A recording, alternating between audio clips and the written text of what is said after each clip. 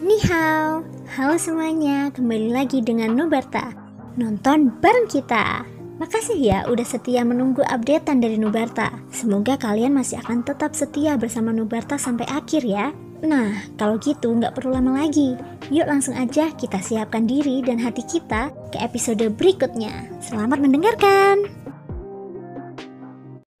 Melihat Xiaoyan menggendong Damu, tahanan roh menunjukkan senyuman puas. Pria kejam 1000 pisau, aku akhirnya bisa istirahat. Biarkan dia membantumu mulai sekarang, ucap tahanan roh. Setelah berbicara, dia melompat dan siap memasuki lengan jubah Xiaoyan. Tahanan roh, siapkan formasi bergerak sekarang. Xiaoyan tiba-tiba mengibaskan tahanan roh yang masuk kembali ke lengan jubahnya. Pria kejam 1000 pisau, kamu tidak punya hati nurani sama sekali. Tahanan roh langsung mengutuk marah. Dia hanya bisa berdiri di samping dan menemukan tempat yang paling cocok untuk mengatur formasi. Meskipun dia sangat kesal, dia masih melakukan seperti yang diperintahkan Xiaoyan. Lagi pula, apapun formasinya, tahanan roh selalu bisa mengaturnya dalam waktu yang sangat singkat. Saat ini, Xiaoyan sedang menggendong Damu. Selama dia berpikir, sepertinya Damu bisa mengangkat matanya dan melihat struktur spasial paling realistis di dunia. Hal ini membuat Xiaoyan merasa luar biasa. Pria kejam 1000 pisau, kamu perlu menuangkan energi ke dalamnya untuk menyebarkannya, ucap tahanan roh. Ketika Xiaoyan mendengar kata-kata itu, pikirannya segera bergerak dan dia mencoba menggunakan kekuatan abadinya. Namun, tepat ketika Xiaoyan baru saja menyalurkan kekuatan abadinya, tubuhnya tiba-tiba saja terguncang mundur. Kekuatan abadinya sendiri saja tidaklah cukup.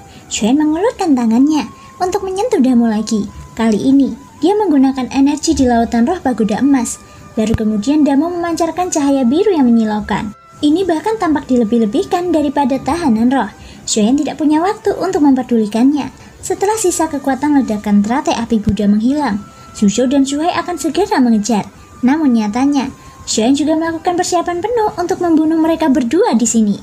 Cahaya biru menyapu, dan terlihat formasi megah dan luas terkondensasi di pusat bumi. Formasi ini tidak memiliki nama. Tentu saja, lebih tepatnya adalah Xiaoyan tidak mengetahui namanya. Formasi ini masih berubah dengan pasokan energi Xiaoyan yang terus-menerus. Melalui umpan balik yang diberikan Damu kepada Xiaoyan, formasi ini masih tidak cukup untuk melenyapkan keabadian dewa level ketiga. Tepat di luar formasi besar ini, formasi tersebut terus mengembun lapis demi lapis, dan seluruh formasi menjadi lebih indah dan besar. Setelah ditumpangkan satu sama lain, aura yang dipancarkan berkali-kali lipat lebih ganas. Putra Senshi, bersiaplah untuk mati. Tepat pada saat ini juga, teriakan marah dari kedua pria Taisu itu terdengar. Ledakan 2 teratai api Buddha 3 warna milik Xiaoyan telah menghancurkan sebagian besar kantung darah di sini, yang dapat dikatakan telah menyebabkan kerugian besar bagi Taisu. Suzhou dan Shuhai akhirnya tidak tahan lagi. Xiaoyan di depannya sudah menjadi orang yang harus dia bunuh. Itu karena setelah tempat ini diledakkan, nasib mereka tidak akan jauh lebih baik daripada kematian. Kedua pria itu tiba-tiba berubah menjadi pelangi panjang dan menyerang dari kedua sisi. Mata Xiaoyan menjadi dingin dan tiba-tiba melepaskan Damu di tangannya. Dokinya juga meningkat. Sekaranglah waktunya untuk membunuh mereka berdua. Tidak ada prajurit Taisu yang masuk ke sini, hanya ada mereka berdua. Mereka jelas takut akan gelombang besar dan pertempuran sengit. Jika ratusan ribu prajurit Taisu masuk, mereka mungkin tidak memerlukan Xiaoyan menggunakan teratai api untuk menghancurkan tempat ini. Suzhou mengangkat tangannya dan menunjuk. Jari-jarinya gelap mengembun. Itu menuju langsung ke arah Xiaoyan dengan aura yang kuat.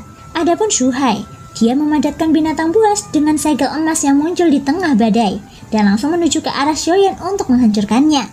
Xiaoyan dapat dengan jelas merasakan bahwa serangan keduanya sangat berbeda dari level kedua yang pernah dilihatnya sebelumnya. Meskipun serangan itu memiliki aturan, itu seperti level kedua yang belum sepenuhnya dipahami. Setelah menguasainya dan mencapai tingkat ketiga, kekuatan aturan dari 9 sumber akan ditunjukkan sepenuhnya. Meski begitu, jika Xiaoyan hanyalah keabadian Kaisar Langka 9 biasa, dia pasti sudah dilenyapkan oleh kedua orang ini sejak lama. Tapi Xiaoyan hari ini, meskipun kekuatannya belum menembus keabadian dewa, kekuatan tempurnya sudah sebanding dengan keabadian dewa.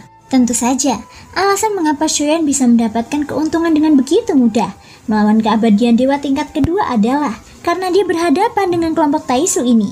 Jika itu keabadian tingkat kedua Senshi, sangat mustahil bagi Xiaoyan untuk bersikap begitu santai.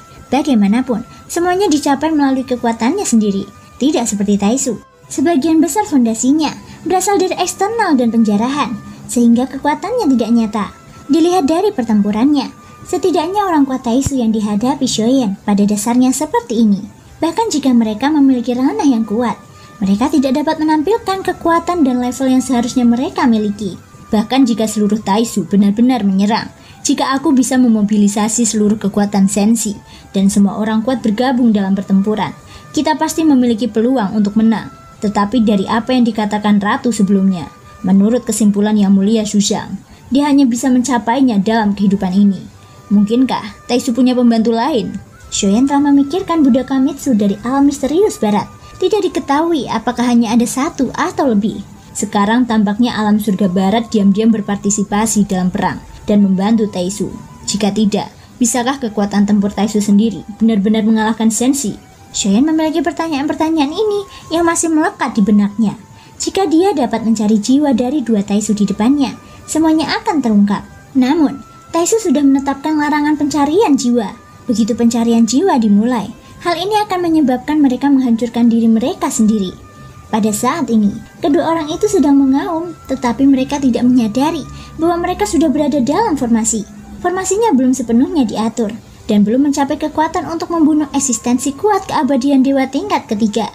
Shoyan hanya ingin mencobanya untuk melihat seberapa kuat formasi tingkat kedua ini, dan level apa yang bisa dicapainya. Melihat keduanya yang marah, dia hanya perlu berpikir sedikit dan formasi tiba-tiba muncul. Cahaya mengerikan pertama-tama menyelimuti mereka berdua, dan kemudian cahaya dingin yang tak terhitung jumlahnya menyapu, seolah menghancurkan segala sesuatu dalam formasi. Brengsek, kapan dia mengatur formasi ini?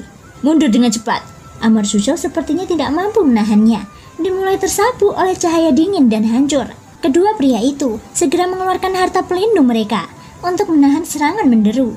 Tetapi formasi itu begitu kuat sehingga menghancurkan beberapa harta pelindung mereka secara berurutan.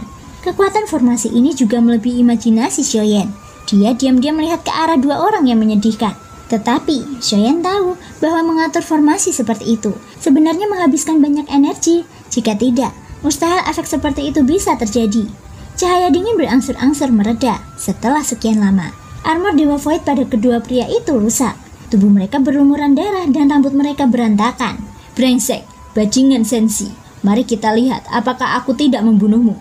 Sushou sangat marah sehingga dia ingin mencabik-cabik Shoyan. Dia mengira formasinya akan selesai. Tetapi Shuhai tetap diam. Wajahnya pucat seolah menghadapi musuh yang tangguh. Formasi ini lebih dari ini, ucap Shuhai. Selamat, kamu menebaknya dengan benar. Shoyan tersenyum. Meskipun dia tidak mengatur formasi ini secara langsung, dia mungkin tahu betapa kuatnya formasi itu. Serangan awal adalah menerobos lapisan pertahanannya. Formasi tingkat kedua memiliki dua serangan berbeda, dan yang kedua adalah pencekikan yang sebenarnya.